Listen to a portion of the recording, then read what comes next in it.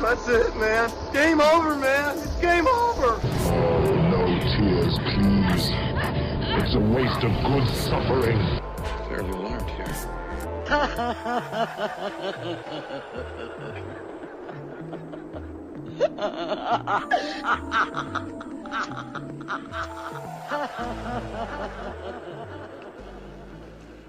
Welcome back to MOTN Reviews. This is Masters of the Nerdiverse Reviews, where we take a long gander at some of pop culture's cinematic supernovas and some that are not so brightly lit. This fortune cookie of a podcast can be found on iTunes, Stitcher, Spreaker, SoundCloud, YouTube, iHeartRadio, Google Play, and of course, Spotify. I'm of course your host, Mike G. And back with us is the man, the myth, the legend. I've actually seen him summon ruins over his head. It was kind of nutty. Austin Ozzy. How you doing, Austin, man? Da da da da da da da da da da. I feel bad. Can you taste the future, my man? Yeah, taste that future like it tastes. Like how Mogwais taste junk food before midnight. They better not. Like my skin cracks open and my skeleton pops out going. Then it goes back in. Yeah, exactly. Yeah, it just wants to feel the heat of the sun for a little bit. It's honestly the weirdest boner I've ever had. Yeah, man. That's the boner that breaks through the skin. Like, exactly. It cannot be contained by man. I got the man bones in me. I got the bones in me. Oh, Jesus Christ. Okay, well, I'm doing pretty okay. Like, I was a little ill the other day. Little bad. Kind of terrible, actually, but I'm doing better. Just drinking water. And like I said earlier, just appreciating the concept of water itself. Agua de la Vita, my man. In Ireland, Aqua di Vitae is just whiskey. Makes sense. Makes sense for that whole, that their culture would be balanced around Aqua di Vitae. Sláinte. Sláinte. Man, it's really fascinating when you hear Irish people and Scottish people argue back and forth repeatedly over who came up with the concept of it all first. Well, you know, it's the chicken or the egg, right? Yeah, but it also helps that it was definitely like some kind of monk or clergyman somewhere in a monastery said, screw it, I'm going to make whiskey. And that's how it happened. The origins of what we use on a daily basis fascinate me. Like, I'll fall down a rabbit hole and be like, who invented the siren? And then I just go back and like, oh, snap, that's fascinating. Like, my favorite one is the guy who invented LSD, but that's a completely different podcast. The scientist who invented LSD. Isn't it like, it reminds me of the Pineapple Express opening scene is a bunch of government people in black and white, literally black and white scenery, just discussing how a man feels after doing some pot. And they just go, illegal. And it's just the giant band just hits the screen. Yeah, hey, it's like the government was racist as all hell back in the 20s and 30s. Racist and they wanted all the money. So it's things that cannot. Black Tulsa riots. Oh, geez. What's Black Wall Street? Anyway, we're getting far from the point. It's Christmas time. Oh yeah, let's get to Asian stereotypes instead. Oh, geez, let's just swap them out. You know, we're going to talk about Gremlins today. You want Taco Bell or you want Panda Express? Geez Louise. I will never touch Panda Express in my life ever again.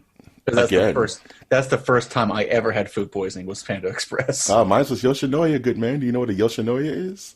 That sounds like a knockoff brand. Yeah, it was knockoff, all right. I'm still fighting Yoshinoya issues. Anyway, man, I puked so hard I popped a blood vessel in my eyeball. Nice. That's when you know you're next level. You should have become a supervillain after that. Yeah, I could have been called just Pink Eye Man. Vomitor. Oh, Christ. Anyway. It's Christmas time around this Nerdiverse. It's the end of the year. And we here at Masters of the Nerdiverse love doing unconventional Christmas movies. Last year we did Die Hard, I think, was it? And this year, me and Austin decided, let's just take a second to remember this cult classic that sparked the imaginations of children back in 1984, yours truly's birth year, Gremlins, directed by Joe Dante. Also known as how Gizmo was the precursor to Baby Yoda puppetry. Yeah, man, the proto Baby Yoda is what we're calling him, man. Proto Yoda. Proto Yoda.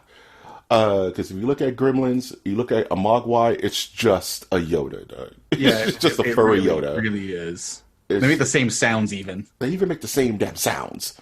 It's just the difference between a non-feathered dinosaur and a feathered dinosaur. I don't know. A dinosaur with feathers kind of scares me more than just a lizard dinosaur. I don't know. You know why? Because I'm starting to look at birds differently.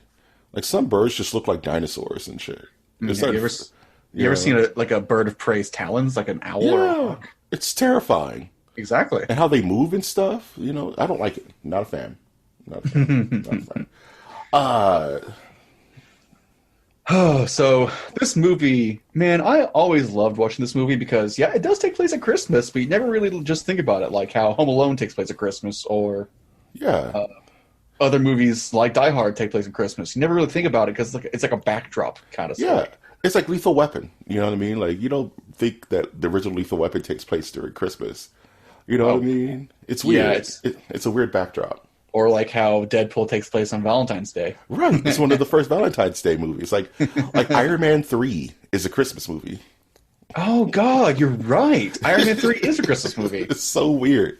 So man, Jesus, that movie's weird. That movie is weird. There's giant weird bunnies.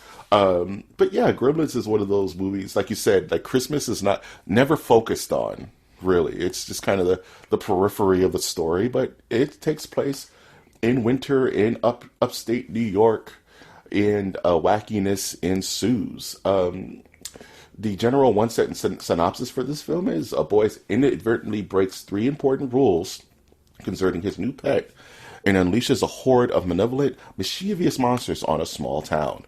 It's always like the rule of 3 is like always leads to most deadly results. And in this movie, it's don't let it get wet. Nope.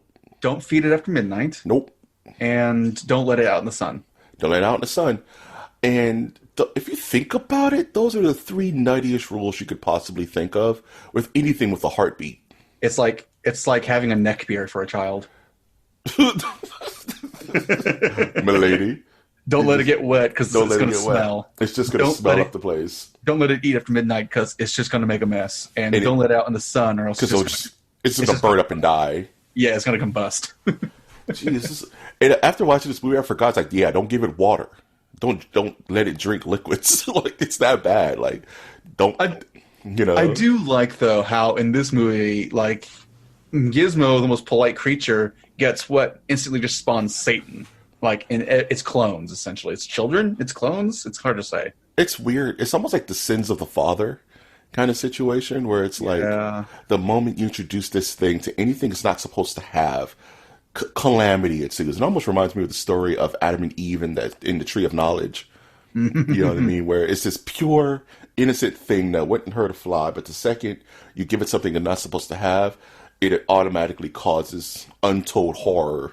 You know what I mean? The second you do it, it's like there's no wait around. There's no 1 or 2 hours like a zombie bite. No, if Gizmo gets wet, it automatically starts to multiply, and that's insane. The weirdest thing to me though was, did you ever see the sequel? That's the one thing I want to talk about. It's like, as a kid, I didn't watch Gremlins a lot. I watched Gremlins 2, the new batch, a ton. That's the Gremlins movie that I know and love and I've seen maybe 1,000 times. I've only seen Gremlins 1 maybe like 5 times in my life. You know what I mean?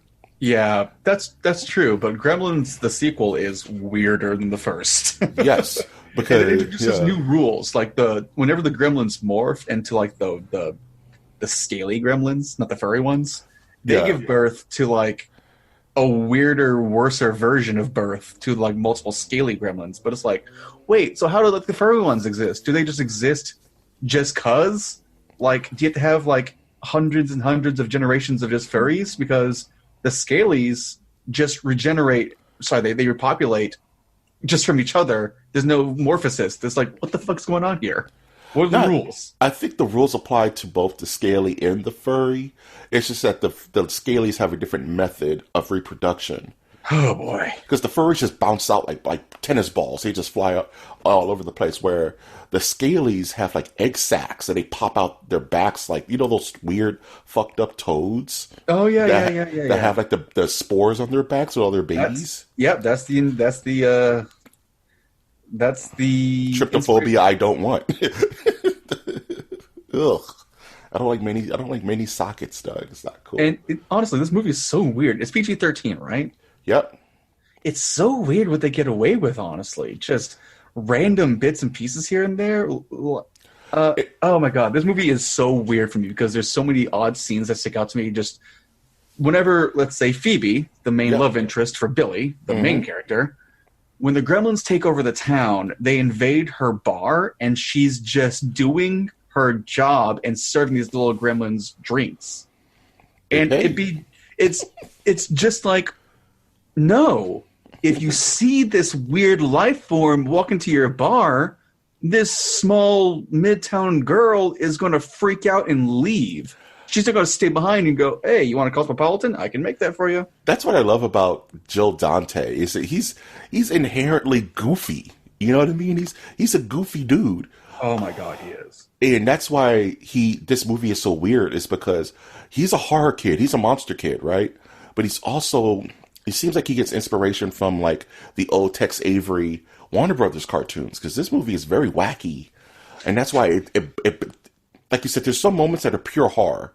You know what I mean? like the gremlin in the microwave. You know what I mean? Like, yeah. Not for children. But there's moments, like you said, we're in the movie theater, and they're like setting up the projector, and they're just eating popcorn. How'd they get popcorn? Damn it! You're feeding them after midnight. Yeah. Like, so wait. So like, whenever they transform, does the midnight rule not apply to them anymore? Like, what?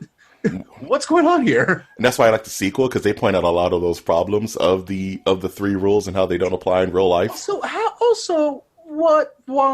does this blind Chinese man with claw for hands, why is he the one taking care of this little gizmo? Because I don't think he's human. I think he's like a Chinese myth dragon that's just in the vessel of a man.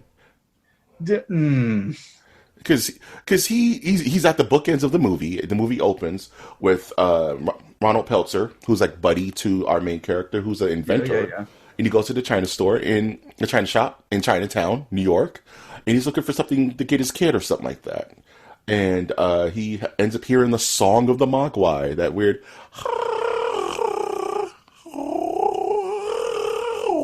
It's singing. I forgot about that. Yeah, that's how they lure you in. They're like sirens. And he sees this cute little whatever it is. I think the Mogwai is one of the most interesting character designs in film history. It's almost marketing 101.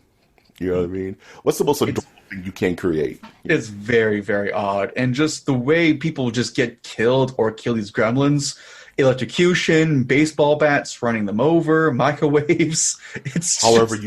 They're not human, man. So you have free reign to just splatter these things. I can't tell if this is a creature feature or just a empowerment movie where everybody is not afraid. They're just out to kill these things for stress relief at this point, because it's so zany. Well, it's like population control. There's certain states where it's like, boar just get out of control in this particular province. It's boar season. You know what I mean? I'm sure if you were head to head with a boar, it would be kind of terrifying. But it's not scary anymore when you have like a double-barreled shotgun. No, that's very true. I know. I'm in a hunting. I'm in a hunting family, so yeah, I get that. You know what I'm saying? So after a while, after the initial fear is off, and humanization desensitizes things. So if you see a mountain lion, you're like, oh crap, I'm going to die. But if you see a mountain lion making a coffee, you know what I mean? Or like watching TV, it kind of desensitizes that fear. So they're seeing these gremlins do all types of human-like stuff, and they're like, I could just shoot that. It's fine. It'll just explode and another one will pop up. So are you saying if you put a Hollywood movie character like Bert from Tremors into this movie, he would just have a field day? I want there to be some kind of weird, goofy cinematic universe where Bert and Reba McEntire just show up in like their super van with like elephant guns and stuff and just start mowing these things down, because it doesn't matter, because there's just so many of them. Oh my god, it doesn't. This movie doesn't matter as a whole. I love That's the weirdest thing. I love Gremlins because it doesn't fit anywhere. That's why it never became popular. It never How blew did, up. how did it get a sequel then? I don't know, man. Like, I don't know how. I was thinking about this. Like, why is it Tremors? I'm sorry, geez, Tremors. Why does Tremors have 7 sequels, but Gremlins only has 2? Is it a licensing thing?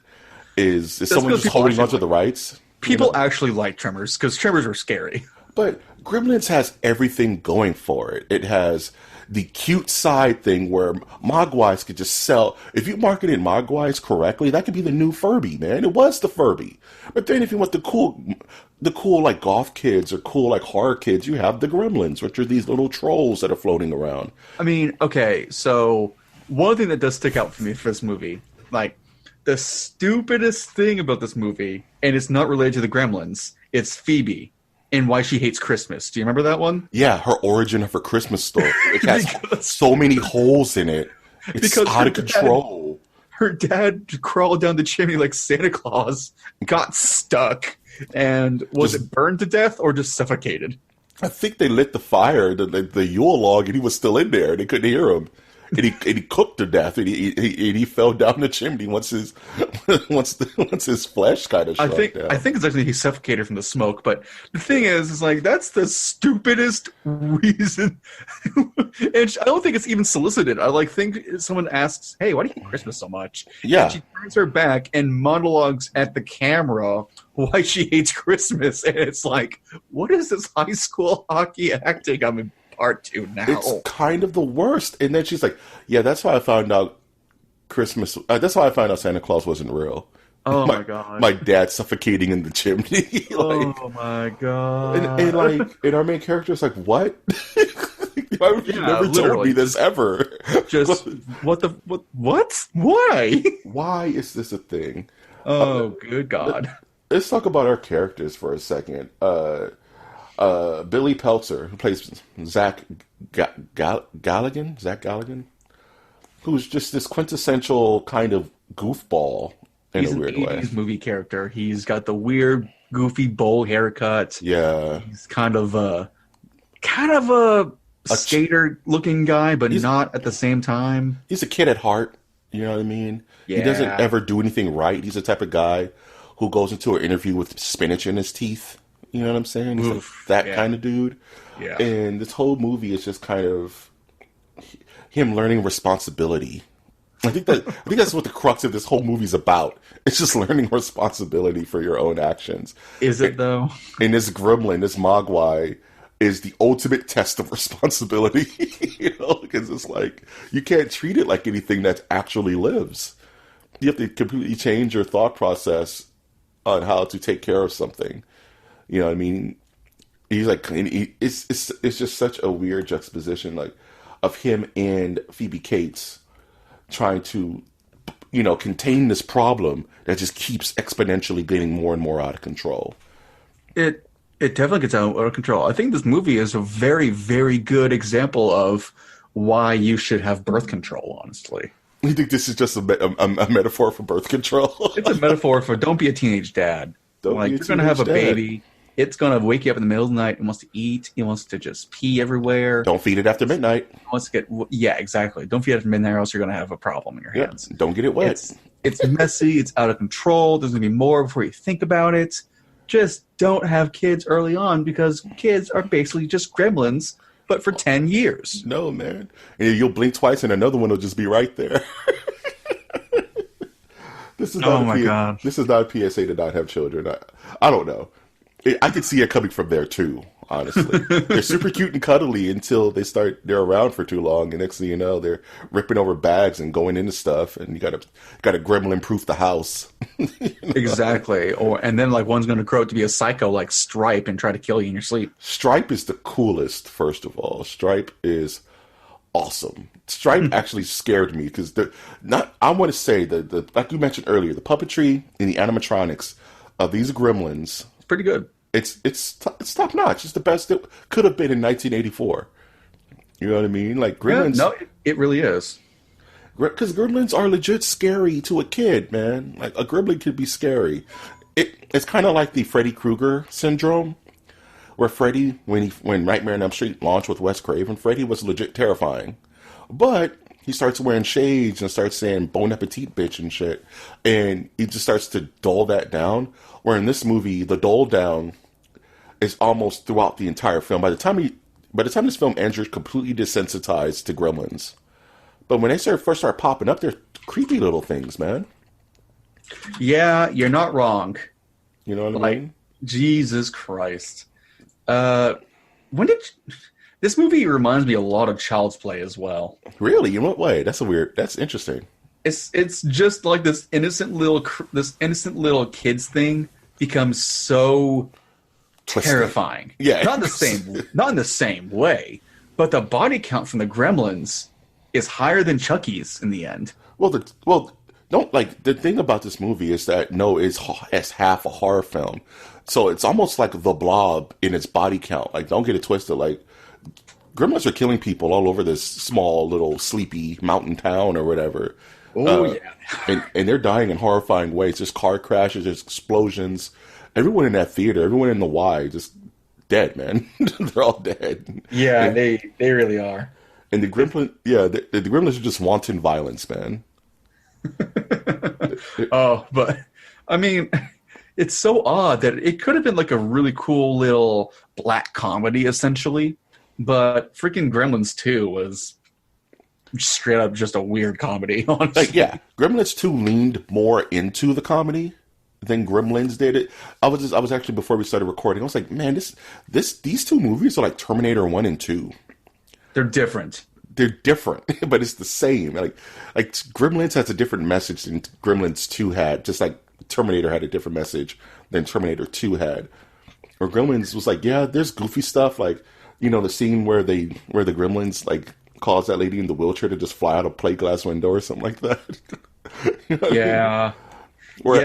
And the Gremlins 2 had the weirder bits of, let's just make more personality Gremlins, which is, that's fine. Yeah, let's put them in like nice little nice little costumes and give them weird little things they do, you know. And then there's going to be technology that's going to make one Gremlin talk like human. That's going to be one Gremlin's going to become a spider Gremlin. One Gremlin's going to become a sexy female. One Gremlin just becomes Electro.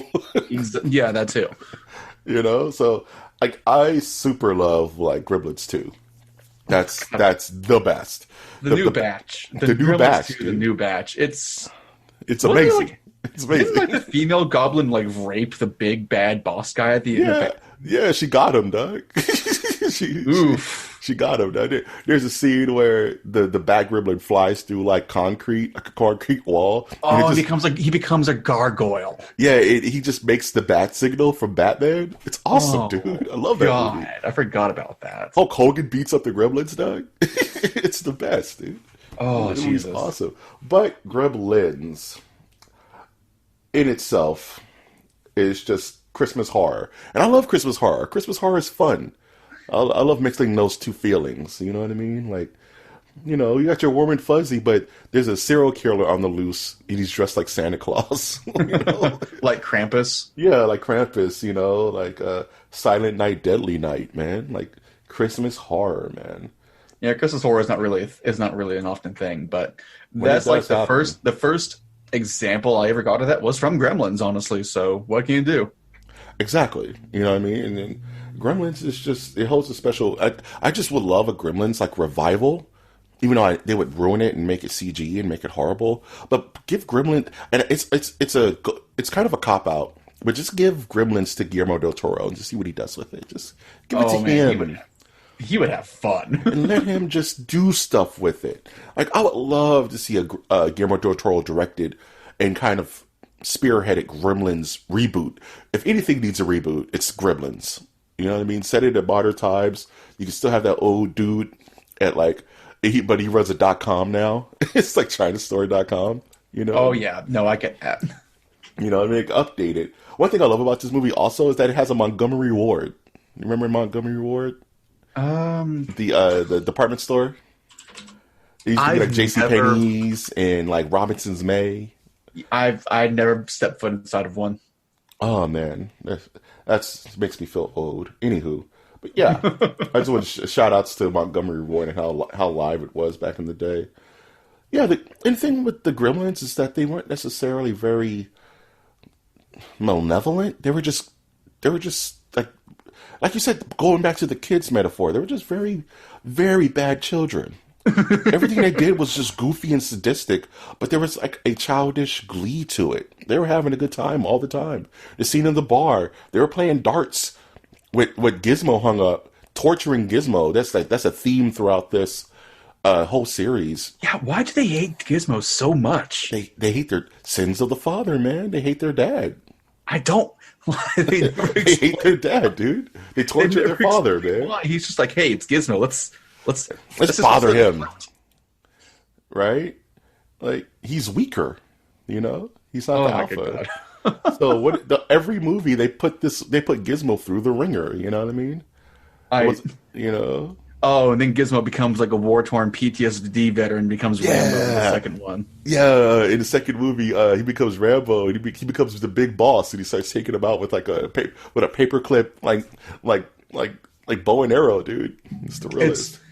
That is the weirdest moment for me out of the entire series, and there's a lot of weird moments. It's just seeing Rambo as a gremlin. So real. It's so bizarre. You know how much money I would pay if like Sideshow Toys made like a stand of Rambo Gizmo with the headband like Ryu, dog? Oh god. All the money, dog. I guess I don't have a car anymore. I just gotta trade that in. Then again, I'm also looking at those Japanese swordsman era Star Wars figures. Those ones. What Boba Fett one? I want the Boba Fett one so bad. The Stormtrooper one is sick though. There's several Stormtrooper ones. Yeah, man, There's like one with like a cannon, one with just a drum, others with swords and shields and spears. That's an expensive hobby, man. Each one of them are like $500, but they're the best toy you could possibly buy. You can go to Barnes & Noble and get them for like $30 to $50, I think. The Sideshow ones. Oh, it's like yeah, never mind. Yeah, the ones with leather. The one I'm thinking of is Tamashii Nation, I think. Oh, the Tamashii Nations, those are good too. I have a Tamashii Nation Piccolo. Yeah, they're like $40 to $50, maybe. They're not that bad. I'm talking about like the dolls, like the Sideshow, like Darth Vader. That's like $700. And it's made with real leather, and it has metal in it and stuff. Like it's stupid. Yeah. Do you know they already have one for Diablo 3? Sorry. 4? Diablo 4's Lilith character from the trailer they had at BlizzCon. I believe it. You got to get that marketing out, man. Yeah, it's like 2 feet tall. It's for like $1,500. I'm looking up online right now. It's $500. Oh, that's still a lot, man. Jesus Christ! A pedestal display they sell is $270. Like I said, it's gonna cost you a stack, dog. Ooh, the Hulkbuster Deluxe Edition. Oh my God, that thing is huge. Holy crap! It's $1,100. Okay, and we're backing down. The back down is real when it comes. Speaking of toys, yeah. Okay, I could see like a Gizmo being a price for about, I'd say $300 at that point. I would super want a Gizmo doll. Gizmo rules. I don't care. I mean, like you said earlier, just go get a Furby. You got a Gizmo right then and there. Oh, jeez, Louise, just get a Baby Yoda, dog. It kind of reminds me. Have you ever had like your own personal Christmas horror story? Yeah. This whole movie's a Christmas. Yeah, my personal Christmas horror story. Jeez, was the Christmas that my dog, because we had a yard dog that never supposed to be in the house. You ever know those kind of dogs? Yeah. Like the yard dog, and we had like a in-house cat. And the yard dog. And that yard dog would be an in-between dog, but the cat hated the dog. So whenever they intertwined, it was like on site every single time. So my beautiful dog, Athena, she was so awesome, somehow got into the house during the Christmas party, and her and the cat ran through the living room, tore up boxes, knocked over Christmas trees, and pretty much ruined Christmas for the entire house, which wasn't any of their fault. They were just volatile. It was like the Capulets and the Montagues, those two. So yeah, we had to go out, and we pretty much just said, all right, we're just going to try to rewrap these. Some toys were broke. The Christmas tree was demolished because it was a real tree. And after that year, we started buying fake trees that we could just put in we could just put in a closet somewhere. Oh yeah, fake trees are the way to go. Okay, listeners, get yourself a fake tree. You will not regret it. Fake it till you make it. Fake it till you make it. You'd have to clean up any pine, any any pine needles. You don't have to get rid of the thing. You don't have to go and drag it into the house. It saves a lot, and you're saving a tree. One less tree to be cut down. Save yourself a lot of trouble and effort. Just use the pine. Just make some woodworking out of it, like I do. Yeah, build a house like Austin did. No, I did not do that. Austin walked into the forest and just made a house with what was around him. I bit down a tree at the roots and started like dragging it out like a freaking beaver. That's what I did. He hollowed out a redwood and just built a condo in there. super dope. It gets Wi-Fi. That's exactly what I did. I built Wi-Fi out of wood. Yeah, man. He ran that Google Fiber wire from the highway all the way to his tree. God, I wish the freaking telecommunications companies, my city, would finally stop trying to kill each other and let fiber be a thing. Nah, man. That's a conceit, dog. Oh yeah, I know it is. Oligarchies. That's what it is. That's all it is, man. Anyway, my own personal Chris's horror story. Yeah. I'm trying to think. I think the worst is probably whenever I was severely disappointed as a child of getting the wrong present. Yeah. What was it? I asked for like a Digimon toy, and instead I got some kind of weird knockoff toy that wasn't even Digimon. Yeah, those are fun. Like, I don't even know what it was. It was some kind of weird thing. And I opened it up, and as I was trying to figure out how to work it, it like snapped down and like pinched my skin enough hard to draw blood. Oh Jesus, yeah. That thing rubbed you the wrong way. Yeah, it really did, and I hated it. And I just like absolutely hated it because that was the one gift I wanted for Christmas was a Digimon toy. Oh, and geez. I didn't get it, and I got a toy that tried to kill me. It tried to eat you. It literally tried to draw blood like the lament configuration. You really reference that way too often. I have one person that has made me make a blood oath that I cannot review Hellraiser until they're ready. Oh, that's good. And all I've been wanting to do is review Hellraiser on this channel because it's literally my favorite movie of all time. But I have to wait for their dumbass because they made me go into a blood pack. The lore of surprise. But that's in the future. My favorite movie is Lord of the Rings, Fellowship of the Ring, followed closely by Lord of the Rings, Return of the King. So, you know what Lord of the Rings and Gremlins have in common?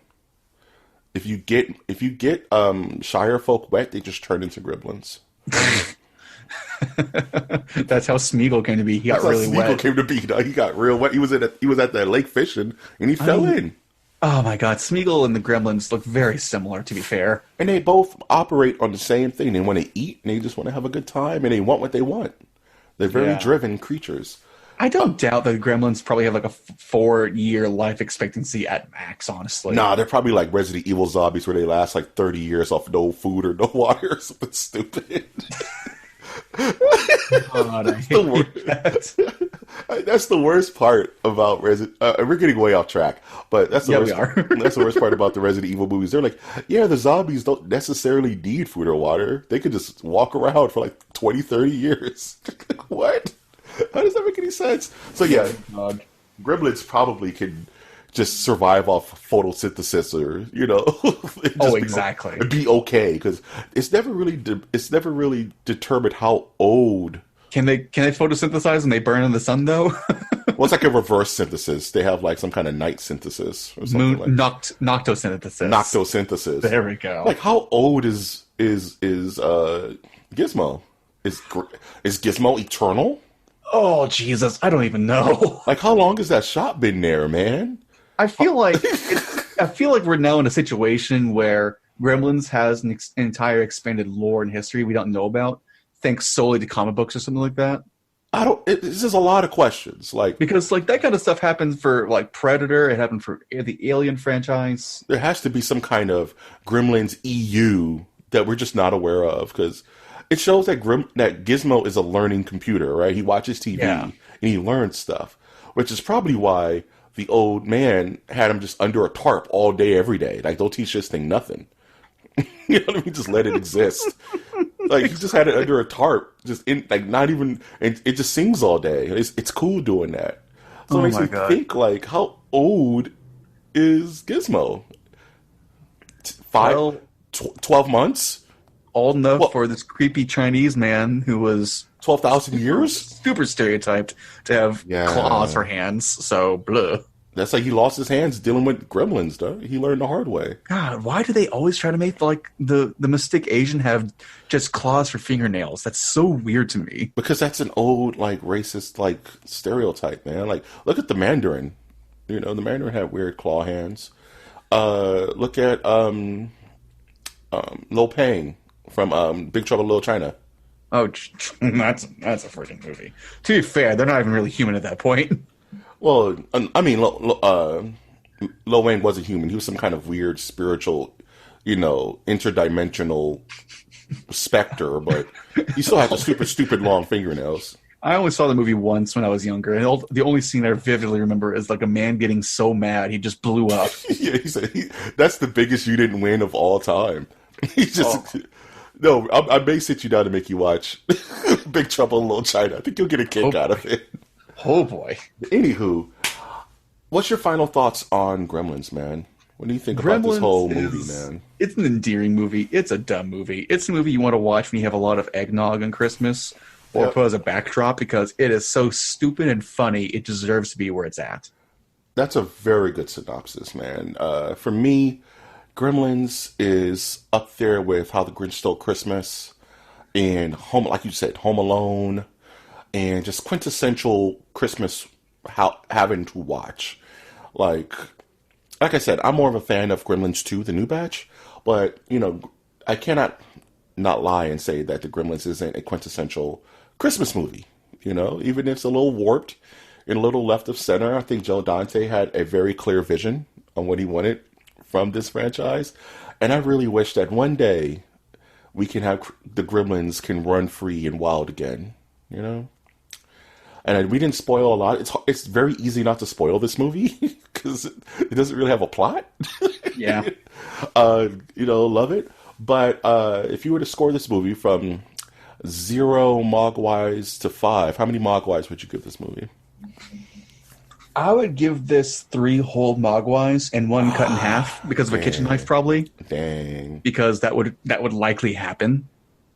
Okay. I would call this a good 3.5. It's good. There's way more good than bad. Yeah. And you can just turn your brain off and enjoy it. Okay. I was going to give it a 5 out of 5, but 5 Mogwais out of 5, but 1 crawled into the microwave and exploded.